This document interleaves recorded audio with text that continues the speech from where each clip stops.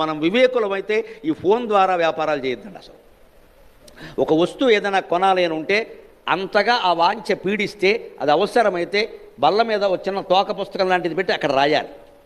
ఒక వారం రోజులు పోయాక మళ్ళీ ఆలోచించాలి. అప్పుడు కూడా అవసరం అనిపిస్తే మంచిది, ఇంకొక వారం వాయిదేవి పర్వాలేదు, పంపలంటుకో. 15 రోజులు అయ్యేసరికి నేను చెబుతున్నానండి అనుభవం మీద, ఆ కోరికే ఉండదమ్మా, మీకు 10,000 మిగిలే అనుమానం ఏమీ లేదు. ఇక్కడ బుద్ధికి తోచగానే చేసేయకూడదండి. ఇది కూడా మనిషి మనస్సు చాలా మాయ చేస్తుందని, ఏది చూస్తే అది కావాలనిపిస్తుంది, మనకి చూడగానే అనిపిస్తుందండి ఖచ్చితంగా. ఆ కోరికను కాస్త వాయిదా వేసామనుకోండి, కనీసం ఒక గంట వాయిదా వేయండి అనిపించదు. అప్పటికి పరిస్థితులు మారిపోయాయి.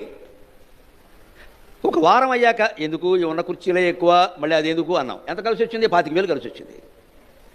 ఇప్పుడు ఏమైంది దరిద్రం? ఇదివరకు కూడా ఈ కోరికలన్నీ ఉన్నాయి, మాకందరికీ ఈ లౌల్యాలు ఉన్నాయి, కానీ మా దగ్గర డబ్బులు లేవు. డబ్బులు కావాలంటే బ్యాంక్కి వెళ్ళాలి, రెండో శనివారం సెలవు వాయిదా, మన్నాడు ఆదివారం వాయిదా, మన్నాడు సంక్రాంతి వాయిదా, అంటే అన్ని వాయిదాలే. తీరా బ్యాంక్ తెరిచేసరికి మా కోరిక వాయిదా.